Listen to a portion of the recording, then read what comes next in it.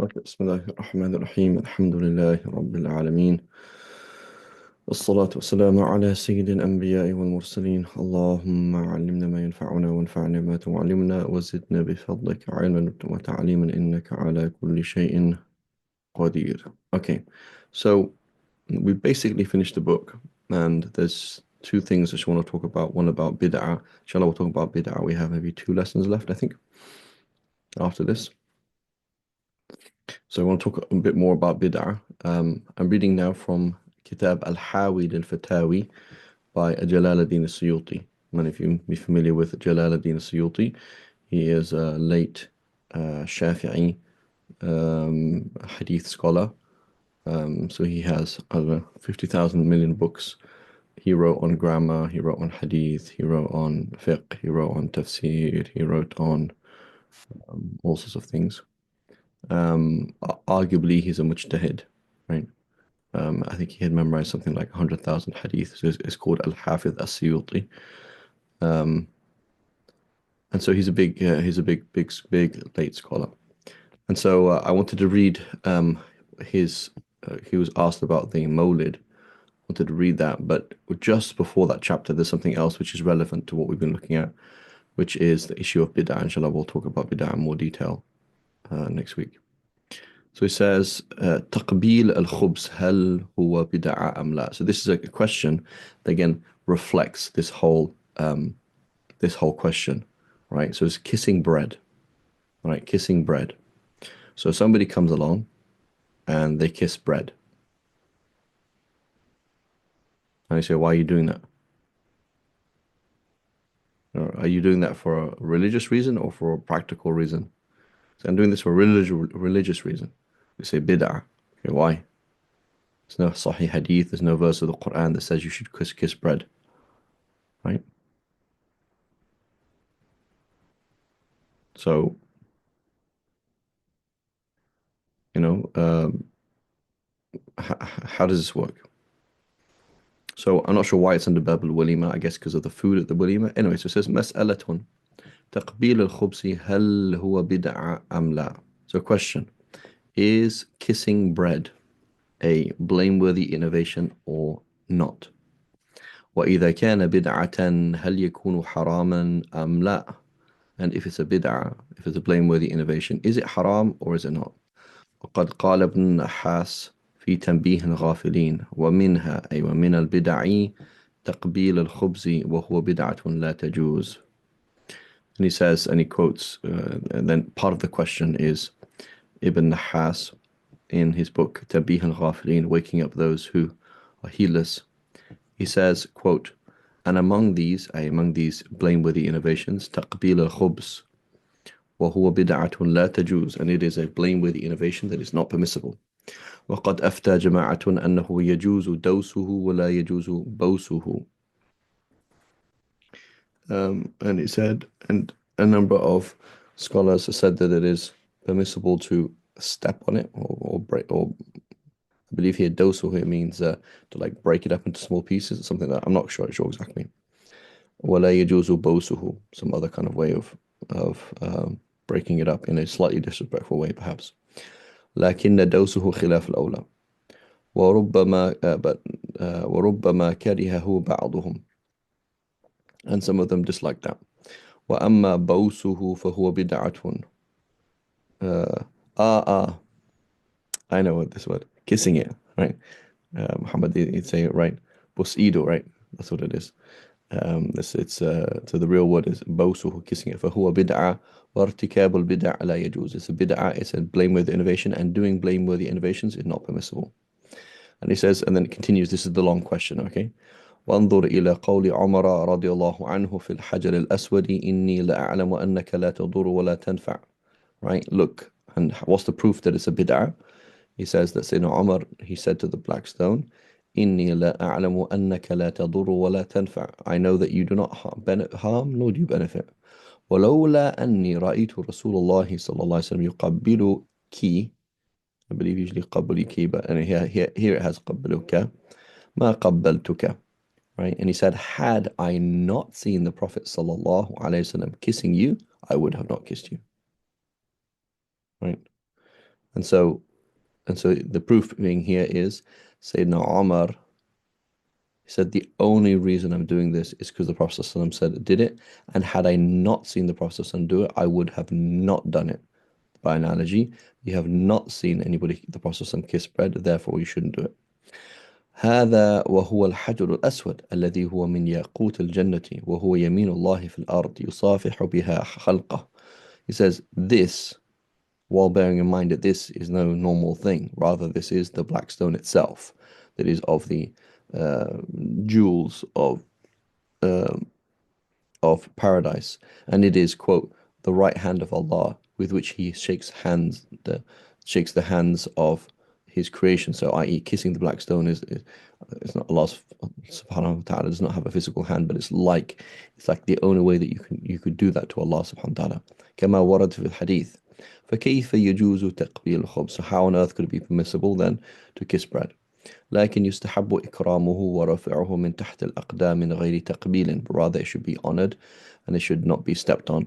وقد ورد في إكرام الخبز أحاديث لا أعلم فيها شيئا صحيحا ولا حسنا.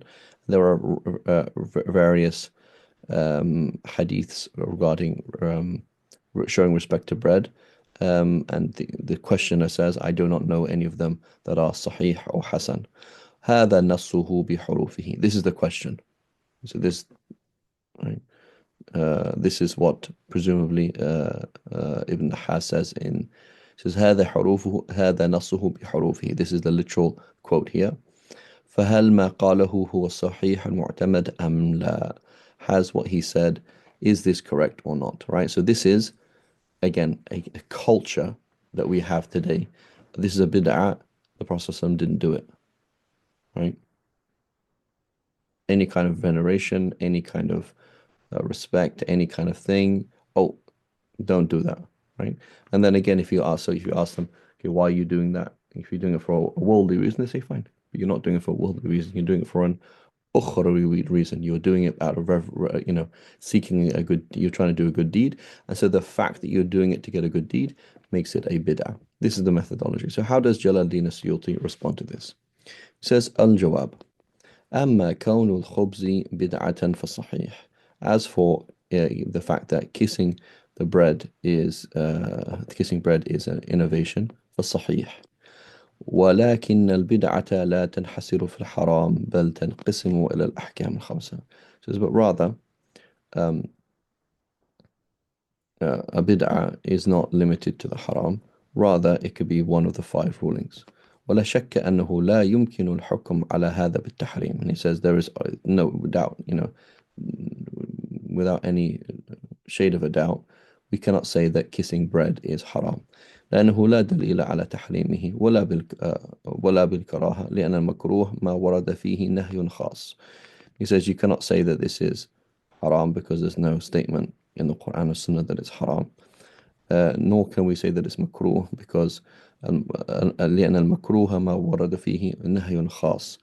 He says for makruh as well, there has to be something that it's specifically disliked in and of itself. ولم يرد في هذا نهي, and there's no prohibition about this. والذي يظهر أن هذا من بدع المباحة. He says, as what appears to me is this is of the permissible innovations. فإن قصد بها إكرامه لأجل الأحاديث الواردة في إكرامه فحسن. And he said, as for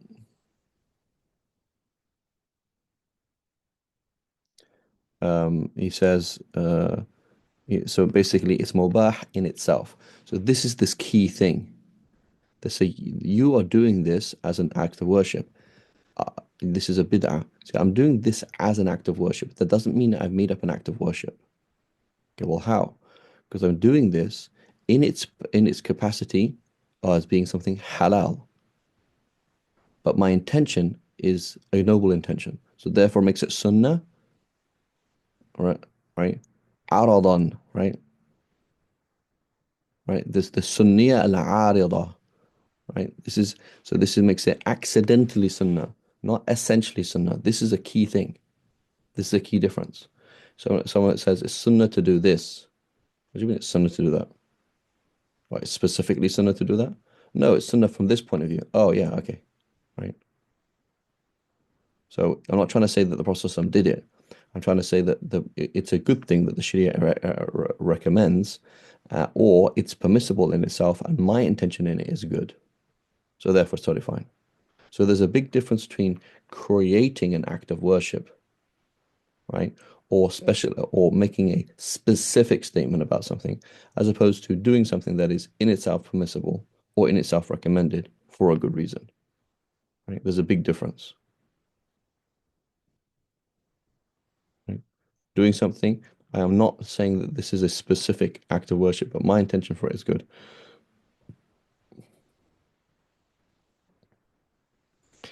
Okay, فإن قصد بذلك إكرامه لأجل الأحاديث الواردة في إكرامه فحسن. So if then he looks at those various hadiths that are, I believe, weak about showing respect to bread, and looks at the general verses of the Quran and hadith about appreciating Allah's blessings, and doing it in from the point of view that it's from that point of view, not from the point of view that it's specifically recommended. He says, وَدَوْسُهُ مَكْرُوهٌ كَرَاهَةٌ شَدِيدًا. And I believe this word is stepping on it. Dosuhu, I believe this is stepping on it with the intention of like breaking it up, something like that, like when you need to. I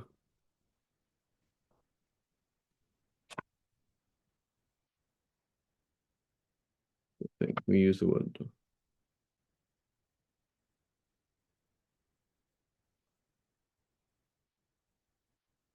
We use that, I think, for like using animals to walk over things to in order to break them up.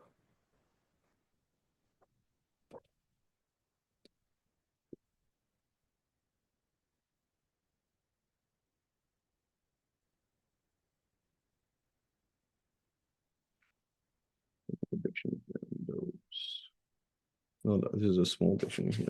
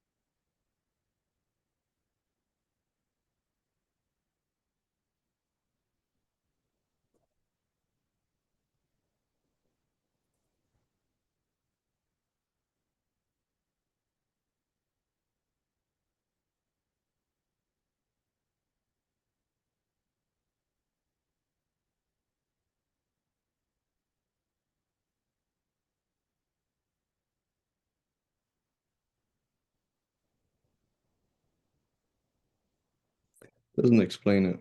So داس الشيء برجله من باب قال وداس الطعام يدوسه دياسة فانداسة.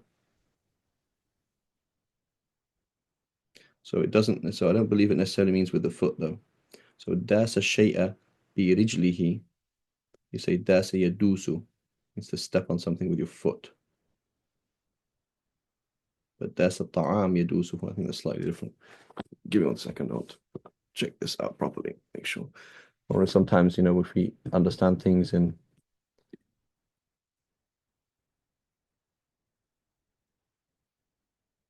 So here's a question from Mu'adh. For example, if I were to kiss bread or any other food to show that the one who made it how enjoyable it is, it would be okay. Yes. I do not believe that kissing itself has a religious significance. Exactly, right? As opposed to believing that this thing has a specific significance, all right? And obviously, this is going to apply 100% to the whole issue of the molid, right?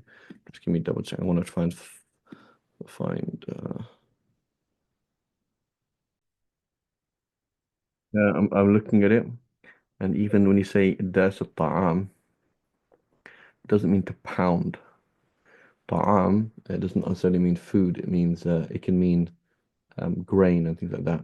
So the examples here is there's a ta'am, al-hinta or al-hab, right? So this is the issue of stepping on it with your feet. Allahu alam, this specifically, not necessarily pounding it. There's all these examples I'm seeing here as well. um, about using it with like grain or stuff like that. So basically, so the idea of stepping it with your foot or trampling it in a destructive way or in a controlled way, but the peat is again like they do with